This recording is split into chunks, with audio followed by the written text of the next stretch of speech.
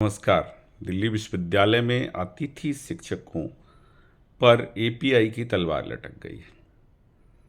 ये एपीआई न सबसे पहले उन लोगों को बाहर रखता है जो वर्षों पहले पीएचडी हो गए और या जिनके बीए में कम नंबर हैं, यानी उन पुराने लोगों की जो 90 के दशक में या 2000 के दशक में पीएचडी।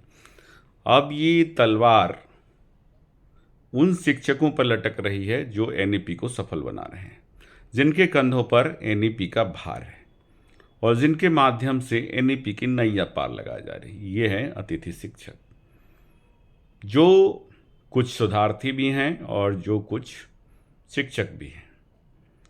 अगर हम देखें तो इन शिक्षकों में ज़्यादातर लोगों की पीएचडी नहीं है। इस कारण से इनकी एपीआई 55 से कम हो सकती है। अब एपीआई न्यूनतम 55 कर देने से इन शिक्षकों पर तलवार लटक रही है। ये शिक्षक जब अपनी मांग को आगे बढ़े तो दिल्ली विश्वविद्यालय प्रशासन ने इन्हें एफआईआर और तमाम तरह की धमकियां दे दी और कॉलेज प्रशासन को लिख दिया कि इनमें से अगर कोई धरने पर जाता है तो इनके खिलाफ समुचित कार्रवाई हो और अगर ये किसी तरह के प्रदर्शन करते हैं तो भी इनको रोका जाए। हाँ, इस बात को अगर हम देखें तो दिल्ली विश्वविद्यालय अपने शिक्षकों के मांगों के लिए प्रदर्शन करने से उन्हें रोकता है, गैर लोकतांत्रिक बताता है और उन्हें कहता है कि आप प्रदर्शन नहीं कर सकते। दूसरी तरफ इसी दिल्ली विश्वविद्यालय के कैंपस में चारों तरफ डॉग लवर्स की एक पूरी फौज जो है वो प्रदर्शन करती है। दिल्ली विश्वविद्यालय प्रशासन उसे इजाज़त भी देता है और उनके लिए तमाम तरह के सुरक्षा मुहैया कराए जाते हैं और यह प्रदर्शन विवेकानंद स्टैचू से लेकर के और गेट नंबर 4 तक होता है।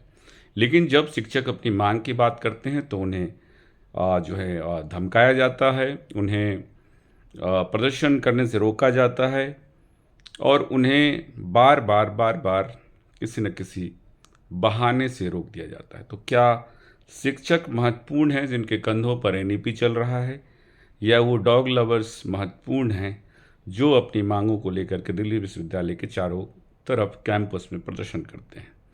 सवाल यह है कि शिक्षक की महत्ता क्या है। सवाल यह है कि ये शिक्षक क्या उनसे कम महत्वपूर्ण हैं जिनको प्रदर्शन करने की इजाज़त दी जा रही है? हर व्यक्ति दुनिया में प्रेम करता है। इंसान अपने जीवन सहचर जो प्राणी हैं उनसे प्रेम करता है, उनकी सुरक्षा का दायित्व लेता है, लेकिन इसका मतलब यह नहीं है कि अगर वो अपनी मांगों के लिए जब सड़क पे उतरे तो उसको तरजीह ना दी जाए, बल्कि उन चीज़ों को तरजीह दी जाए जिनसे प्रशासन को किसी तरीके की भरपाई या प्रशासन को किसी तरीके से अपने भीतर किसी चीज़ को बदलने की नौबत ना आए। बदलाव अच्छी प्रक्रिया के लिए हो।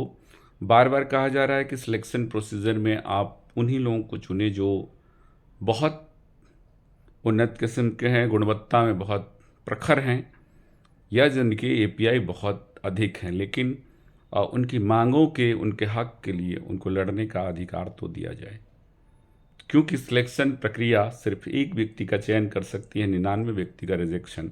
लेकिन अगर उस रिजेक्ट करने की प्रक्रिया में भी भाग न लेने दिया जाए तो उनका क्या होगा, जो वर्षों से उच्च शिक्षा की तरफ आते हैं और वर्षों अपनी मेहनत करके 30-35 साल की उम्र तक वो पीएचडी या तमाम तरह की योग्यताएं हासिल करते हैं। ये सोचने की ज़रूरत है। तो साक्षात्कार में सभी को मौका देना चाहिए। एपीआई कम है तो शायद पढ़ा करके या पढ़ करके वो लोग अनुभव प्राप्त करेंगे और एक बेहतर शिक्षक करेंगे, शिक्षण भी करेंगे और शिक्षक भी बनेंगे। दोनों चीज़ों का ध्यान रखा जाना चाहिए और सभी को साक्षात्कार में बुलाया जाना चाहिए। यह मुद्दा भी आज एक महत्वपूर्ण मुद्दा था।